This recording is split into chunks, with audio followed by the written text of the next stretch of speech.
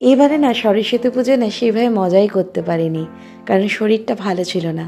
কিন্তু পাড়ার ভাসানে থাকবো না এমন তো হয় না।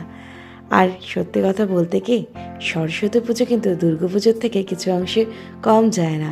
আর হবে নাই বা না কেন, একমাত্র ভ্যালেন্টাইন্স ডে বলে কথা, তাই না? আর ধীরে ধীরে দেখো আমরা চলে এসেছি না বাবুঘাটে। এখানেই আমাদের প্রত্যেক বছর যে কোনো ঠাকুর না ভাসান হয়। আর বাবুঘাটে সবচেয়ে জিনিসটা আমার চোখে টানে, এই যে আরতি বন্দনা। এটা দেখলেই না বেনারসে সেই মনে পড়ে যায় ওখানকার সেই গঙ্গা আরতি। সত্যি কথা দারুণ লাগে, তাই না? আস্তে আস্তে দেখো আমাদের মা দেখো বিসর্জন যাচ্ছে। এই সময়টা মনটা না খুবই কষ্টকর, কিন্তু একটাই আমরা আনন্দে থাকি, আসছে বছর আবার হবে। আর মাকে জানাই, তুমি সবাইকে ভালো রেখো, সবাইকে সুস্থ রেখো, কারণ সবার মধ্যে আমিও আছি, তাই নাকি?